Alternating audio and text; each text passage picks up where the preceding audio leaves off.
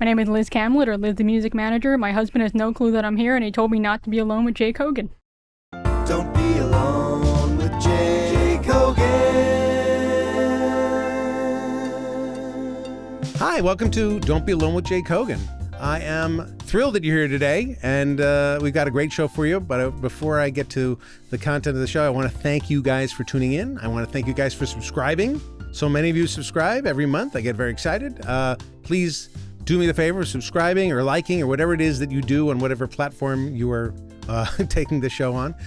It really helps us, and it really helps the show. So please do that. Also, if you could write me at dbawjk@gmail.com, I will answer your email, all your questions and comments and criticisms, and I'll try to be a better host. I try to be the best host I can be, but I'm be better if you tell me what I'm messing up. Anyway, today I have a great guest, and I'll tell you, Liz Kamlet is this music manager who came across the internet and just has been giving me beautiful music advice for, I don't know, the last year or so. And it's just been incredible. She has all these little nuggets in 60-second bites of the music industry that are very helpful. And you would ask, Jake Hogan, why? Why do you need to know anything about the music industry? What do you care? And the thing is, I've got this really talented kid who is a musical artist, and he's just not asking for my help. He doesn't want my help. But as a parent, you're interested and you want to know how you can help, or if there's something you can do, or at least just know that your kid is sort of doing their best and making the right choices and all that kind of stuff. So I'm trying to figure it out. And the more I dig into the music industry, the more I find that it's a fucking mess, that every part of it is messed up and crazy and insane, and it doesn't make any sense at all. But the one thing that made sense was Liz, the music manager. Liz, the music manager, came on to my TikTok and my Insta, and she started telling me things and calming me down. And so I was thrilled to contact her and say, would you come on here and answer some of my questions and tell me if I'm right that the music industry is as insane as I think it is? And I think I'm going to get a confirmation that it is. But you'll see, and I'll see, and we'll see together. We'll be right back with Liz Kamlet, Liz the music manager. Don't be alone with Jake Hogan.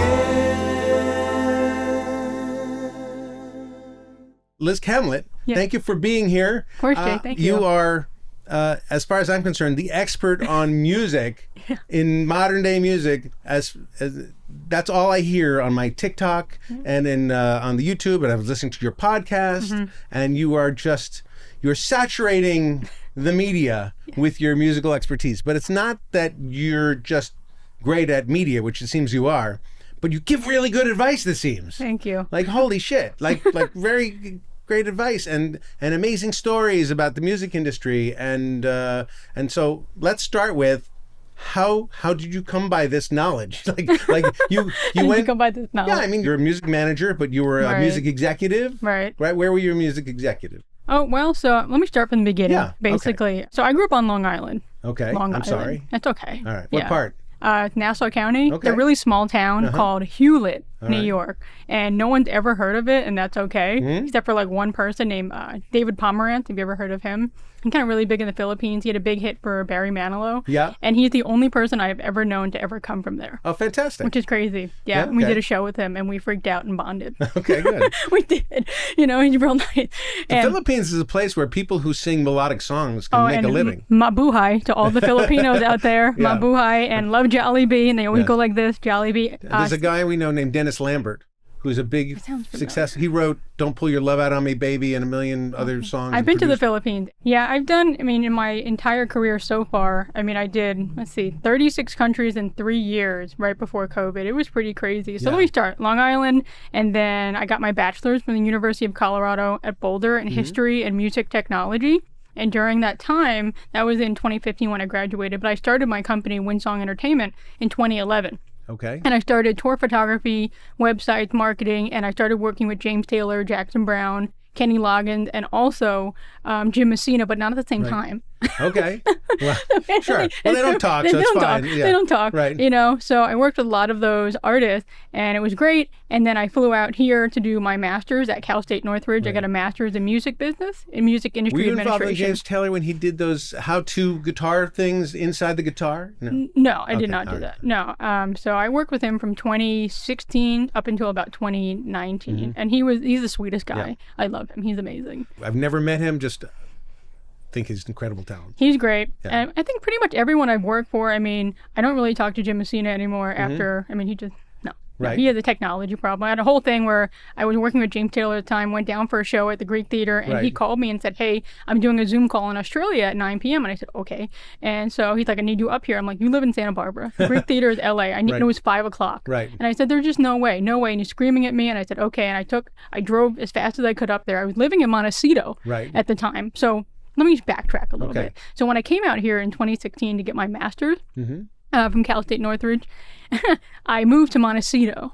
Thinking it was close to Northridge? No. So my dad has a house. Okay. And he's like, I'm going to let you live here for a month free. And I said, great. And then he's like, it's $5,000 a month after. And I'm like, right. Okay. And now I thank him for doing that because it really got my butt in gear. Right. And I went to all of the hotels nearby in Santa Barbara, Santa Ynez, and Solvang, which are about 30, 45 minutes away. And I got their business to do their websites. Oh, wow. So that sustained me. Right. Which is great. So we really put it, I mean, no tour photography, they were paying me, it was like $500 a show, which I think was pretty good, at the time. And I was doing the Santa Barbara Bowl a lot. I was going back and forth. And luckily, my master's program was really great where they would let me fly when I had to. But it was about 100 miles one way. It was every Wednesday and every other Saturday for 2 years. And it was tough going back and forth. But everyone I knew was up in Santa Barbara. I know tons of people who live in Santa Barbara and work in LA and commute. But when I drove up to see, Jim Messina, and, my computer's not working, he was freaking out, and I still had my other client, James, and I get there, and he's like, look, do you see? It's not working. His computer was unplugged. Like the outlet, like the little strip. And I'm like, never talk to me again. And I made him pay for me to fly back down there. I left my car, then I ended up coming back and getting it, but I made it back. That was awful. Yeah, that's terrible. But I did that, and I loved doing tour photography, and so I sustained myself for about a year or two, and then in 2017, my life changed. I also interned at a bunch of different record labels around that time, too, through my master's program. Which was the best record label? God. Well, I mean, I work with Universal, BMG, Cobalt, Sony, and Warner. I like Warner a lot. They've always treated me really, really well. BMG, it was always a new team every month. I'm like, who are you? Every time I come in. I didn't know who they were. But in 2017, I was doing tour photography again, doing my classes, going back and forth, doing the website, doing everything. And then Kenny Loggins, his opener, I still do not remember his name. And I feel I'm really good at names and people. No clue. I've tried to look it up.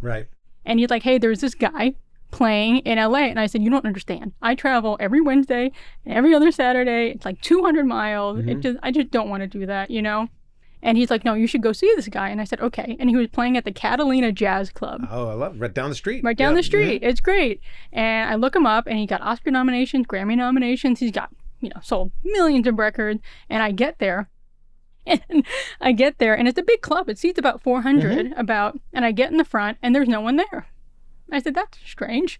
And people start filtering in, maybe 100 people. And I actually have a picture. I took a picture with him that night, which is great. And there are like 5 other people in his band. And I'm like thinking in my brain as a master's music student, no one's getting paid. Because there's no way he's making enough money. Exactly. Even though it's like $100 for dinner. It's really expensive. And who is the mystery performer? I'll tell you at the end. And so halfway through the show, he does a good show. I'm sitting there by myself. I also bring my GoPro and one of my cameras because being a photographer, and I wanted to show Kenny like, oh, hey, you're here. And, the opener. And Kenny knew him. So that was really a good thing. And I get down there halfway through the show. He gets on the mic, like really sad during intermission. And he's like, no one buys CDs anymore. No one's really into the music industry. And I was like, oh my God. So I said, you know what? This is what I'm going to do. I started researching on my phone. I go to the back and I bought every single CD he had on an emergency credit card. And I spent $800 and my dad yelled at me that night. I found out online that he signed after the show. And I was so curious as to why there was no one there. His bio did not match the audience. Right. Because there was no one there. I said, you should be packed. Right. It didn't make sense. And so I'm like, all right. So I knew I figured 30 seconds a CD. Right. I had at least a few minutes. Right. But you could have bought one CD and maybe had that conversation. I didn't want anybody else to talk to him. Okay. I need, because there were a lot of other people. Okay. People were so mad. Also, you know how embarrassing it was because they were all wrapped in plastic, and and they're so hard to get open, and I'm just like struggling, and no one's helping me, and they're looking at me like I hate you, Right? Because I stole all of their CDs. I still have the CDs, by the way. They're in the closet, and they're all signed. And when I went up to him, he's like, "Hey, are you gonna sell these on eBay?" And I said no, and I got to talk to him, and I said okay, and that was it. That was it. I kind of figured it out. And then a week later, I put photos and video on Facebook. And I tagged his personal Facebook page. And I think everybody knows in the music business, you never, ever get to the artist. You get to the wife, you get to the cousin, you get to the dog, cat, fish, the manager, somebody in between. And he wrote me on Facebook. He's like, hey, I really love the photos. And he's like, I want to meet you. And I wrote in all caps, no. I don't know who he is, he's just creepy. Right. And so I told Kenny about it. He's like, no, he's a really good dude. We even wrote a song together in the 80s. And I said, oh, great. So I go down there on my day off, I go all the way, and we met at Coffee Bean on Sunset. But now it's Starbucks. Okay. And he was late. He was 30 minutes late. Musician. Whatever. And he brought me more CDs. Oh, fantastic. You didn't have enough. 800 is not enough. It was 40 CDs, $800. Okay. And I was like, okay, it was like other CDs. Right. And I'm like, why are we here? And he's like, I really need help. I've spoken to some people I know and they know about you. And he's like, well, I need help with my website. I need a manager. I need this. And I have my computer and I opened it. And I go to his website and it was a blank white picture with his photo on it. Right. Nothing clickable. Right. Nothing. And I was like, I just laughed. I just had to laugh. I mean, can you imagine going to a website and there's nothing there but a picture? Can I imagine? Absolutely, I can imagine. Like, if you asked me to set up the website, it would look something like that. It was so bad. It was so bad. I was like, oh my gosh. I'm the guy who goes to Squarespace and just goes like that, and that, and that, and just like let the template tell me what to do. Oh my gosh, it was so sad. And also I looked up his social media. He had no social media, no Spotify, no nothing. And I'm like, oh my God. And so that was in there was November 2017 was the show. I saw him in December 2017 when we went down to Coffee Bean about a few weeks later. And then NAMM happened. I was going to NAMM. I was talking on a panel for Sound Exchange. I do them almost every year, not this year. I did a few years ago before COVID. And he's like, I'm going down for NAMM too on a panel. And then he's like, can I go with you? And I'm like, I don't even know you. I knew him less than like a month. And he's like, oh, I can ride with you. And I'm like, this is weird. I thought it was weird, but I'm like, he's But you're going along with the weird. Going along with the weird. Okay. I am, Well, that's a sense of adventure. I like that. Okay. Well, because I really spoke to everybody who knew him. And they said you vetted him. I vetted him that he was not creep. Because being, there are a lot of women in the music industry. And by the way, I'm very lucky to have never, ever had a weird experience. Because I always have people around me who protect me. Show's not over, but keep going. Yes. Yeah, all right. I know. The name of your podcast is Don't Be Alone, Jake Hogan. It's a warning. It is a warning. Yeah, and we go to NAMM, everything's fine. And then after that, I was 2018 and I graduated my master's and I missed my graduation. Because we went to the Philippines. Okay. We were there for 10 days. Right. And fast forward, he started introducing me to all of his friends. So the artist, and we ended up getting married in 2021. Right. So my husband, did his Steven. signature look a little bit like this? Yes, it did. Yes. Yeah, all right. There we go. Anyway, there he is. That's Stephen Bishop. Yeah. All right, and that's your husband. My husband, yeah. And that's fantastic. All of his friends needed help too with technology. Right. So I started working, I was working with the record labels when I graduated. I thought I would work at the label. They were like, hey, come work with us in the marketing department, come work with us, and I moved to LA shortly after I met him because the labels wanted me in LA. There's no labels really in Santa Barbara. So I was there, moved down there, and from there I started working with like Jimmy Webb, but then also worked with like the Eagles, Eric Clapton, Phil Collins, all the old rock stars. When people ask me like what's my job, I tell them that I run a daycare. Right, it's true. For old rock stars. Right, but so you have these rock stars who have names, who have a fan base, who just need help connecting to their fan base through modern means. Right. So let's start with that. So what's your secret to getting what I'm guessing are a bunch of cranky older guys to actually acquiesce to saying the world has changed and now you have to be aware that your audience isn't where that used to be. Now they're not in People magazine, they're online. The first thing I do when I talk with them is I say, I need to speak with your significant other or your wife or your boyfriend or your potato, Right. whoever, because they need to like me. Right. If they don't like me, I won't win Mm-hmm. because I don't live with them. Right. That's the problem. And I am friends with every single one of them, and we're besties. Right. You know, I'm like, I am not a threat. Mm-hmm. It's not me. I Right. know I'm younger. You might think, oh, I want your Right. band. I do not. Right. Trust me. Yeah. I don't want to deal with Mm-hmm. their issues. Right. You know, I mean, I've had them call me at 8, like it'll be 5 a.m. here in LA, and I'll get a call, and at 8 a.m. there, and they're like, my wife left me. And I'm like, okay, let's talk about this. Where did she leave you? Right. Well, we were at a doctor's appointment, and she just like left me here. I don't know how to get home. And I said, don't you have a phone? Yeah, but my phone's a flip phone with no camera. I'm like, okay, let's do, I have to call them an Uber and Right. this, babysitting. Yeah. Babysitting. Yeah, well, I know this only because my parents. I do a fair amount of babysitting for my mom and dad, who are avid listeners and watchers of the show. Hi, Mom and Dad. Hi, Mom and But Dad. Hi. I do take care of them. I take them to That's doctors. great. Yeah, this is what I. Oh, so what we very do. similar. Yeah. Yeah. Well, I mean, what I start from the beginning is, so what you do is look at the analytics, and most of them have nothing. Right. So I'm like, we have to go where the fans are, and their demographic, Facebook is a lot older. Mm-hmm. So start Facebook, Instagram, Twitter, or X, Thread, YouTube, TikTok, and that's what you do. And every single platform has to have the same picture, the same bio, and the same link.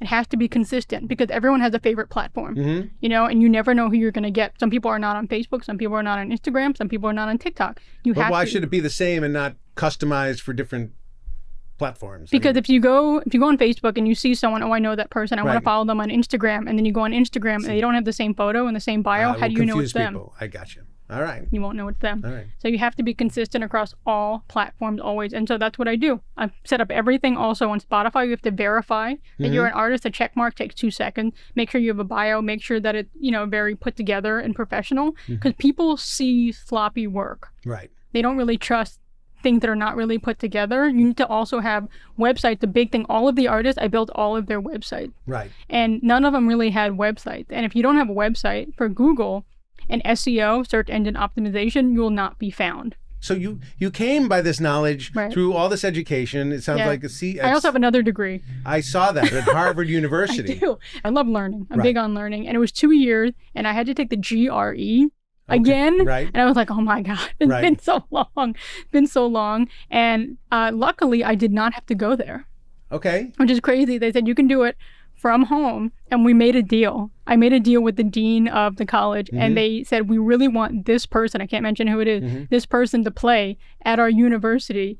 And if you make that happen, you don't have to like show up like other Right. people do. It was remote, but you have to Right. show up for like orientation and for graduation. Right. And I said, I will get them for you because I know they live nearby. Right. And I did. Okay. So Fantastic. that was, and I did it in 2 years. All right. January And 2022, how I was Michael graduated. McDonald? It's not Mike. Okay. But Mike's going to be on the new record. Oh, fantastic. Michael I'm is trying to get him a amazing. guest on this show. He's really busy. I'm not even joking. I know. He's really I've been busy. I've been fighting to get him as a guest on. Since I read his biography, Mm-hmm. I'm dying to get him on the show, and we're working the angles. I don't think people realize that a lot of these artists that people know and love are normal people. Like, Yeah. they'll just answer the phone, how you doing? Good. Right. I grew up in show business, so I know You get a it. certain amount of normal and a certain amount of absolutely fucking weird. So like, not everybody's normal. There's a No, lot. I There's have a lot of divas. abnormal. Exactly. I have an abnormal story, which is part of the NDA, but I'm not going to say who it is. Okay. But I was touring with a very large band who I still do tour routing for, and they know who they are, looking Right. in the camera. And a few years ago, right before COVID, we were doing a really big show in San Francisco. Right. And one of them, who no longer plays with them, Mm-hmm. for this, almost not, I wouldn't say for this reason, but a lot of reasons. We were in San Francisco. It was like 8 a.m. I'm sitting in like a Hilton or a Hyatt, having my breakfast, you know, in the lobby. It's free. It's great. I'm all for free and being, you know. Right. And he comes up and he starts screaming at me. And I'm like, okay, that's interesting. Right. That's a way to start a conversation. I'm a pretty easygoing person. No one really yells at me. I've never had anyone yell at me since. Really? Okay. Oh, no. I like to please everybody. Me too, but I've had people yell at me anyway. No, I've never had anyone yell at Okay, me. yeah. No. And he was screaming, and I said, how can I help you? You know, what is your problem? Yeah. And he's like, I need you to, he had this paper, and it had his drawing on it. And I'm like, okay, so we spent time thinking about this before he came down here. He was already angry in the elevator. You know? And he came down, he slammed this down, and he's like, I need you to go back to Orange County. And I said, why am I going to Orange County? You have a show at 8 o'clock tonight, 12 hours. And he's like, I forgot my favorite pick. And I said, Come on. no, come on, really. And he's like, I need you. I said, like, I can't play without it. And I said, no, you can. We have a bunch of picks, you know, backstage. No, I need my favorite, like, pick with, like, his lucky pick. And the drawing was of his house. And I'm like, okay. And he's like, you're going to go here, you're going to go here. And in my office, in my drawer is where I left it. And I said, so I'm going to break into your house. He's like, no, I'll give you a key. I'll let them know that you're coming. Right. And I said, you realize it's hard? I mean, it's kind of close, kind of not. And so I had like an 11 o'clock flight. I did it. Right. I did it, even though I should have not done it. Right. Looking at you, that camera's on. Yeah, they're all on. They're all I should have not done it. Yeah. And I went down there. I got down there around, oh gosh, it was like 1:30. By the time I made it, they let me in. I went, I know this guy's house now, so I can, I guess I could show it if he ever sells it. And I went into push through the vials of cocaine to get to the... Exactly. Right, okay, to get the lucky pick. I go up to his office and I get the pick and I made it back around 7. Oh, wow. So he owes me. He does. That's crazy. That's crazy. Oh, I got a lot of crazy stories. That was probably on my craziest, I would say. We've had fires during shows. We had the power go out. This is the reason, though, that you're so successful is like you have such information. I mean, the story, I also just want to go over one thing, which the show, Don't Be Alone with Jake Hogan, is all about me solving my problems. Okay. And some of my problems are I have this great, very talented kid who is a musician, songwriter, producer, does all this kind of stuff.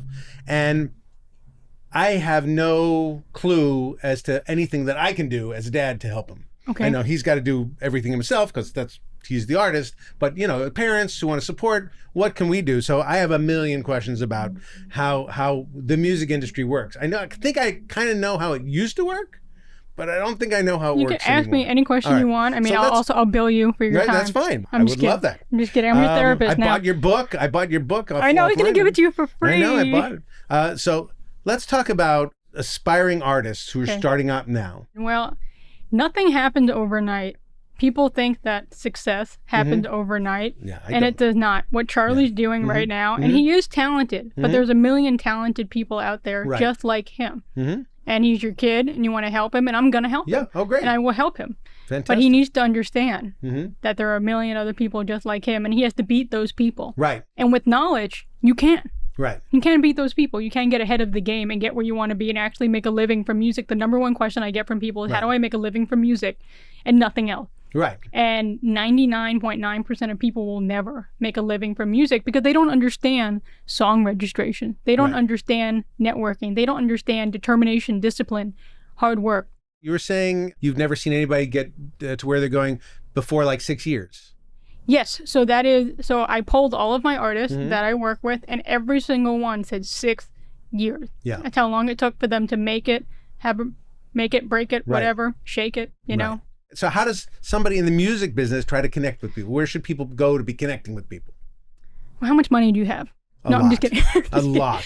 No, I work for Fox. I have a lot of money. No, money helps. But let me start at the beginning. How do you break out? Well, social media is the number one thing today. Right. Now, if I was talking to Charlie over here, who's behind me, I would say your demographic. I'd be like, okay, what kind of music do you play? How many instruments do you play? I need to talk to him and be like, all right, I would recommend TikTok, YouTube Shorts, Instagram Reels, just to have something on there. TikTok is the way right now if it doesn't get banned. Right. And if you post at least once a day, you need to be consistent. Once a day, and you need to have something interesting. Let me give you an example. I did a consultation with a drummer, and he was really talented, but he wasn't getting noticed. And I said, what's your favorite hobby? Like, I love coffee. And I said, put coffee beans on the drums. And people thought that was hilarious and great. And now he's known as the guy, and he also got a sponsorship with a coffee company. You need to have something that's unique, that you like. There's a guy that I work with named Marcus. He's amazing. And he is really into birds, like ornithology. And I said, this is what we're going to do. You're going to do a bunch of bird songs. And he's like, I don't really want to do this. I'm more talented than that. I said, I know. Yeah. But we got the attention of the National Society of Ornithology or Audubon Society. And they hit him up for, now he does their music. Oh, great. Now he makes money for a living from them. He can do whatever he wants to do. Is that a big music market, the Ornithology Society? For their commercials? Oh, yeah. Okay. For TV? Oh, yeah. All right. Oh, great. yeah. They pay really good. Yeah. But you need to have something unique besides your music. You need people to fall in love with something else. Right. Versus what you're doing. I had a guy who is on American Idol, and he hit me up, and he's like, I can't get anywhere. I was like, what do you love to do? I love hiking. So he sits in the woods now. Right. And he plays his music, and people love it. It's something different and original in today's... Yeah. What about American Idol? What about those shows? Are they good or are they shitty? They're rigged. They're rigged. They're rigged. Yeah, I mean, I had someone on The Voice. I know people on The Voice, on American Idol, and you can pay. You know that you can pay people to get to the front. I didn't know that. You can. You can, unfortunately, and their record deal that they have is so bad. Well, that's the thing. I've always heard two things. You're giving your life away, and also you're kind of maybe diminishing yourself a little bit as an artist by being there. But the second they get on, they get 1 million followers, and so there many of them get the followers they need. So I've been told by people in the music industry, at least 5-6 years ago, don't do those things. No. They're diminished. They hurt you. No, they do. And there's a guy I followed on American Idol. His name was Keiko. Yeah. And he was really good. He was like really good. Charlie Cohen or something when he called himself Keiko. Right, yeah, he was like really amazing. And I follow him on Instagram, and he has all these followers, but no one comes to his shows. Yeah. So how does that translate into money? Yeah. So what I would recommend a new artist do is, I actually have an artist with 9 TikTok accounts and then 1 hit, and that's the one he used. I would start a website. 9 TikTok accounts. Why? He had different personas, and he wanted to see which one worked out. Oh, wow. Yeah. He tried different personalities, different names, different everything, and then 1 hit, and that's the one he chose, and he deleted the other one. That's amazing. Yeah. That's genius. My son Charlie has this great Elvis video that kind of blew 700,000 followers. 700 followers on that. 700,000 or hits, whatever. Views, yeah. But that's not that's not him as an artist. But that's what people want. Yeah, interesting. That's what people like. Yeah. So I bet you if you reposted that, it would probably get about half the views. Right. People like things on TikTok that are dramatic, that make people upset, laugh, or cry. Right. What are some of the big mistakes that young artists make? I think a lot of people get advice from people who have the wrong intentions with them.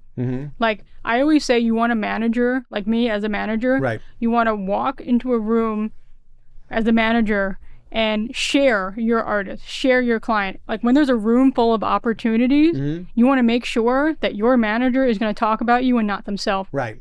It's a really big thing. Finding someone to trust. I think the biggest mistake that artists make, number one, is not having their songs registered.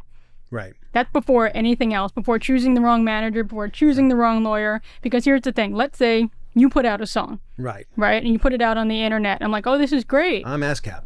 You're ASCAP? Great. ASCAP, BMI, CSAC, GMR, PRS, SOCAN, you know?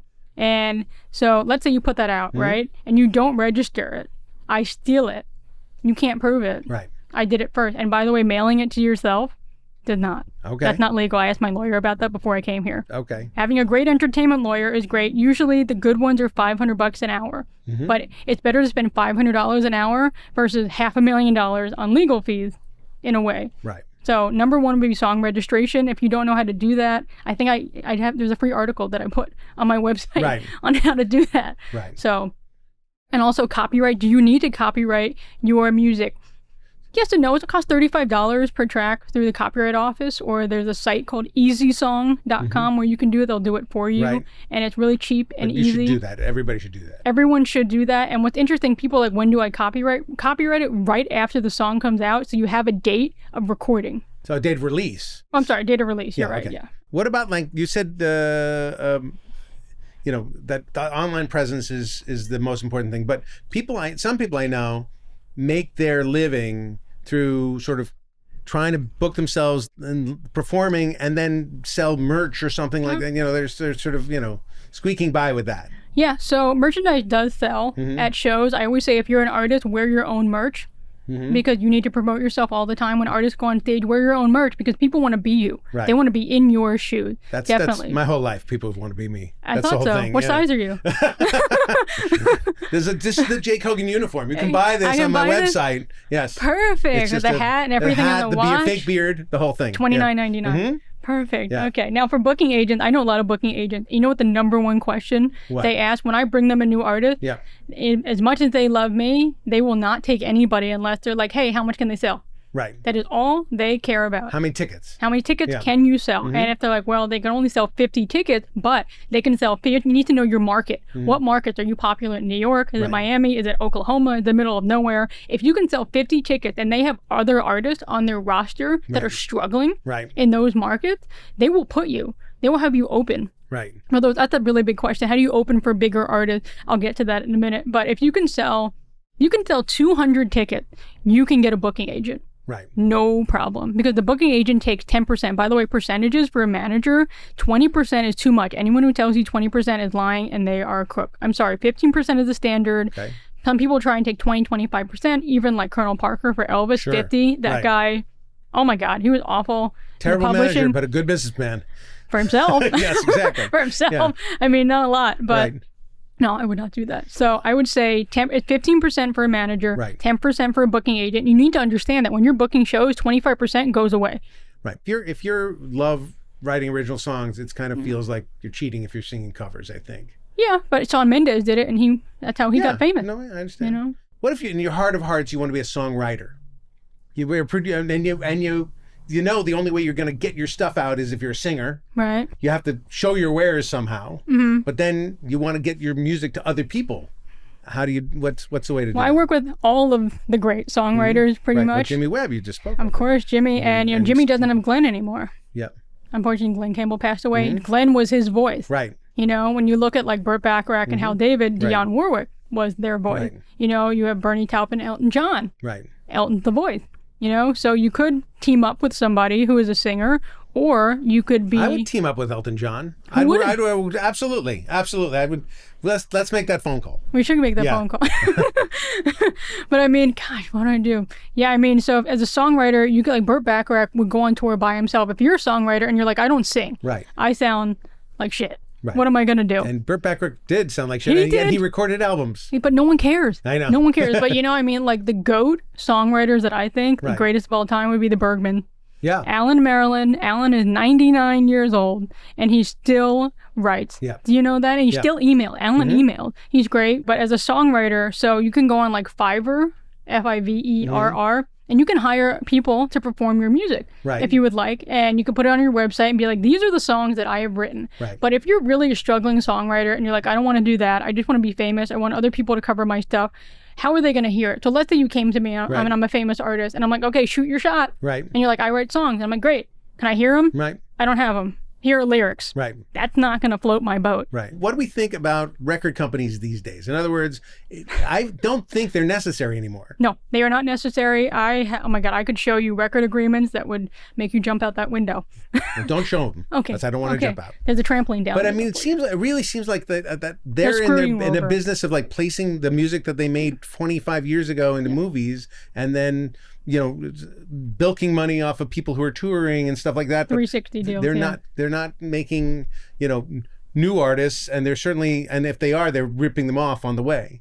Technology killed record labels because anyone can make a record these days from their bedroom or Right. their bathroom, wherever they want to be. And the record deals that I've seen recently that were put in front of me were 90-10 split, Right. 75-25, 80-20, and you don't get your masters back for 15 years. Right. And if you look at the record deals from back in the day, they want to say, oh, it's a work for hire. But no, you don't get, if you're anything before 1976, 56 years for termination. After 78, it's 35 And years. so 90-10 split for the audience means that the record company gets to keep 90% of the money and the artist gets to keep 10% of the money. You want to hear something even And crazy? they have to pay back the money that they spent, that the record company lent them, with the 10% that they're getting, right?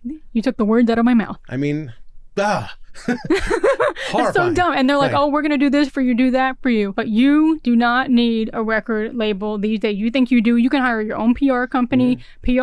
I mean, I did a video about that went viral and people got really mad. But for about $150,000, you can buy your way to the top. Right.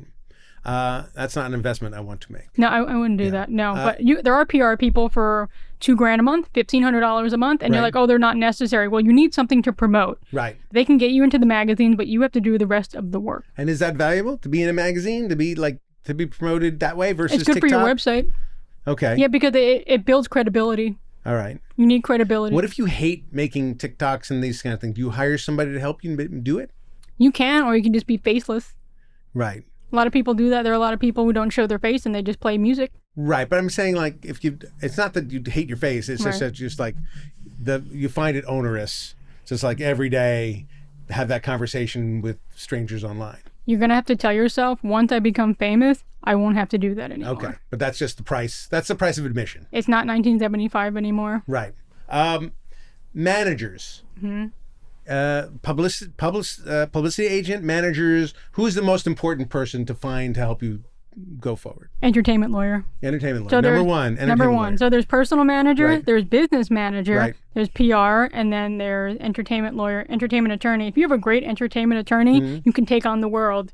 Will the entertainment attorney help you get to people? Yeah, there Okay. are They'll some make- entertainment. Yeah, And will entertainment attorneys take you on if you're just beginning? no, Okay, so they will consult with you though. right, but you have to get to a certain level. What level are you at before they say take you seriously? Okay, I'm going to take you on as a client. You have to be making, I would say, at least. This is, by the way, this same goes for publishing. Mm-hmm. We'll talk about publishing and administrators. I love publishers, and I know they love me. They Right. do. And you need to be making, I would say, at least 40 grand a year Mm-hmm. for a publisher or for an entertainment attorney to help you, because that means that your music is valuable, people are listening to it, and also is coming in on a consistent basis after over 3 years. Right. It's the same. So Okay. you know that you're someone to be dealt with. Right. Yeah. How important is it when you release a song to sort of do that build up that people are talking about? That like I've read people say you got to tease the song 45 times before you release it, and then other people saying don't tease it, just have one thing, and then just another thing that said you release it along with the video, but then you chop up the video in a million different pieces and then show that and along like A lot of people do that. Yep. They tease. People don't release albums more these days, Right. unless they're well known, because people don't listen to albums. Right. Look at like Sabrina Carpenter. I saw a video where you talked about Sabrina Carpenter, and she's like an artist that you like. right. They're releasing singles, and Right. then they release an album after that. But I mean, one thing you mentioned about these artists that you like, they don't really write their songs. Right. They are 6, 7, 8. Beyonce, 29 people. Yeah. That right. bothers me. That really bothers me when there's like more than 3 people Right. in the room, or you're getting producer credit. I know a lot of people are going to hate Feels me like for if that. somebody's just doing a drum riff or something like a That's fill. not talent. Yeah. I feel like Ed Sheeran was the last of the pop stars, Mm-hmm. really, because he goes on stage by himself. I Right. just saw him in India, hundreds of not hundreds, but tens of thousands of Right. people by himself. Right. That to me is talent. Yeah. To No. me, but good for her, good for Yeah. everybody. Mm-hmm. But to get back to your question, breaking up, into video, into singles, promoting it, teasing it. A really cool method that I found is that I had an artist who got signed to Warner Right. because of this. It went viral on TikTok, and she went into the camera and it was promoting her single, but no one knew it. You're trying to promote something and nobody's supposed to know about it. Right. And she's like, I wrote this song about my ex-boyfriend. And then her ex-boyfriend walked into the room, and she's like, sit down. I need to play you something. And she Right. played it for him. Mhm. It went viral. 14 million views, and they stole her from me. That's fantastic. I mean, not that you got stolen, but That's okay. But, That's but okay. fantastic. That's Yeah. that how it Yeah, broke. I had another artist who... Now it could have gone the other way. The guy could have listened and go, ugh. Like I saw another single recently from, I think it was Atlantic, where they had a guy who was a rapper and he tied a chain to his leg. Did you see that video? No. Where he tied a chain to, like a big chain to his leg, Yeah. and the other end of the chain was tied to a car. And Oh the my car God. was driving away, and you're like, okay, I need to see what happens. Right. But guess what? It wasn't tied Right. to his leg in the end. Right. But It was everybody, just the whole suspense. way Right. for the song, and Mhm. it went viral. Well, that's a great little trick. It is. You need little tricks. You need little tricks. Little tricks. Let me ask you one other professional question. Then I'm going to go Sure. to question time from the questions that I got from other people, which is music placement. Like they're placing your song Right. in a thing. Spotify placement. Spotify Apple. or something, so any kind of placing it into a commercial or something. Like Billie Eilish. Oh, like sync. Got famous for her one of her songs got picked up somehow. Was it Blue Eye? Something about her eyes. Ocean Eyes. Ocean Eyes was like a song somebody found on SoundCloud. SoundCloud. I think they are very talented, her do too. and Phineas. But I mean, the backstory to that is that Phineas knew somebody who was an executive Okay. and sent it, and that's how they got it. But I think they're very talented at a very young Very, age, very and I love that they write together, Yeah. and there's nobody else included. Yeah, I love that. I think they're great. But okay, but also I have friends who are music supervisors who put things in movies and things. And Everyone, that's the number one question I get. Right. How do I get a sync placement? right. I'm gonna be honest. Yeah. It's not gonna happen, really.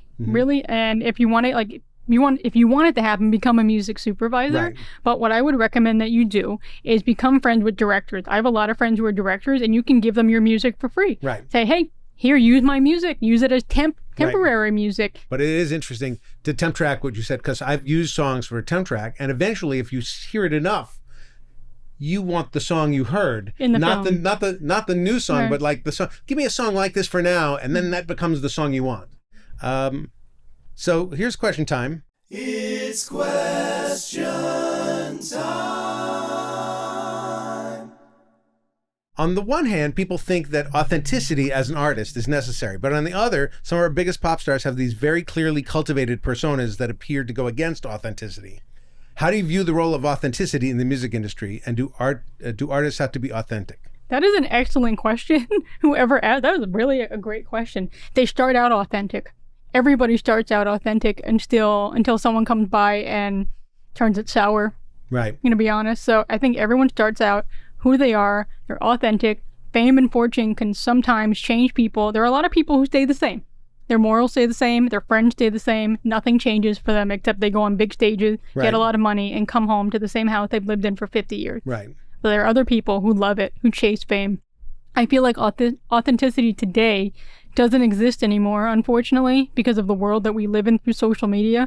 Back then, you actually, in order to get in touch with someone, you had to call them, and they had to be in one place at the right time for you to get in touch with them. And you can meet with people and be authentic and not see things across the world that you want to try. But persona-wise, like I'm doing stand-up comedy. The stand-up comedies have a persona. Like that may not be them, but they build a. Oh no, I don't think anybody is who they are when they on and stage. Like, all of my artists have a show smile. They have a show smile, persona. Show attitude, show everything. So there's a version of themselves that's tweaked. They switch on and off all the time. So I hope that some people do stay authentic. But to answer the question, it doesn't really exist anymore, and every single person I know changes into. I mean, I guess. I don't want to say except for me. I mean, I am who I am. I don't change. I don't think I change. No, we all change. We all change and grow. In good ways and bad, but we all change. Ways. Yeah, but I am always who I am. Yeah. I'm not going to change. That's fine. I'm not asking you to. That's okay. That's good. You could. But I'm not. I like you how you are. Really, I'm a follower of yours the way you are. That's the way an excellent question, though. Okay. That's amazing. Is there one social media platform that is more advantageous over all the others? TikTok. TikTok. Okay. More than Insta, more than any of those other ones. Yes, because TikTok reaches people. If you have something really interesting, it will get out to people immediately, and people will know your face and who you are. And that's also a bad thing. Right. If you do something bad, people will know your face and where you live and everything and stalk you. And also, does it hinder your career? Like, is the arc of success much faster when it's like living on and dying on these TikTok platforms? You need to have a plan in place in case that happens. If you're like, I'm never going to go viral, but if you go viral, you need to make sure you have a plan in place in case it does. If sponsorship start reaching out to you, you need to jump onto it. You can't, because fame, 2 seconds, it'll go away. You need to also be okay with being overwhelmed. Some people mentally can't deal with it. Yeah. And they disappear. So it could happen. Not everybody who is of an artistic temperament has the same temperament to go like. Oh my God, all the songwriters I work with are so shy. Yeah. They're so shy. They don't want to do it. They have someone else do it. But unfortunately, you're going to have to do it. Or what you can do is, there's one guy that I know who has a manager. He has a PR guy. He has a bunch of people working for him, different names, different emails. It's all him. Right. And he used different voices. Yes. And he loves it because it helps him understand the business. Yeah. And it doesn't look bad on him. I have many actor friends who our manager represent themselves so they can get booked into auditions and things. Okay, well, this is now listener mail. It's time for listener mail, which is different. Now it's time for listener mail. Thank you, singers. This was a question sent in for me, not with you specifically. Okay. Dear Jay and guest, how much should you compromise in a relationship before it becomes unhealthy? For instance, if a wife gives in to her husband 95% of the time, it's unhealthy for her, unbalanced. Ideally, it should be 50-50, but that's a little unrealistic. What percentage of compromise should there be in a healthy relationship or friendship? Well, any relationship really should be 50-50, right? And anything else, I'm sorry, you got to go. Life is short. Right. You got to protect your peace of mind and protect yourself. You can always start over. It's okay to start over. It's okay to leave people. Right. But if she's giving in 95% of the time, that's not a relationship. Right. We agree with that. But also compromise comes in different forms. Yeah. When you had enough. Let's put it this way. When you feel that you're doing too much and it's not fair. And then you can talk about it with your partner, say it's not fair. And then if things don't change, you can make changes. I think everyone should go to therapy. Yes. I think it's a really great thing once a year or twice a year, because if you don't compromise, eventually your relationship's going to be compromised. Right. That's true. I'm a big fan of therapy. I go to therapy every few hours. Do you? A lot of therapy. Next hour? I'm good. It's coming up. It's coming up. Tomorrow. Tomorrow That's at a 2:30, good question. But no, love is tough, especially in the music industry. Yes. There are so many wives, girlfriends, groupies, and there are a lot of people I know who have gotten into trouble. Yeah. You know, because they see you on the road. I mean, I don't want to talk about Dave Grohl, but that's a whole Right. messy scenario. Don't Yeah. do that. Don't do that. If you No, truly... I felt bad. You know, it's like He seemed like a good guy, and Right. then that comes out, and you're like, you think you know someone. right. You don't know them. And even though, you know, like I don't know what his life is like. I Me don't know what either. his marriage is like. I don't know Me what either. his world is like and all that kind of stuff. So I try not to judge We don't people. live there. We don't pay his Right. bills. We don't I do tr- anything. I try not to judge people, but I can't help but judge a little bit when I hear something like that. So it's just the way it is. But congratulations, though. Congratulations on your baby. On his baby. On his baby, yes. Oh, his baby. I was like, Always you be know something I don't. Oh my God, I have a baby? Be positive. Yeah, oh, fantastic. All right, now it's time for a moment of joy. A moment of joy. I am a gigantic Star Trek fan. Oh, wow. Like, also Twilight Zone. I've seen every episode, but Star Trek, the original series, the Right. Next Generation, and the movies. If I ever need something Do you that like brings me Strange New joy. World?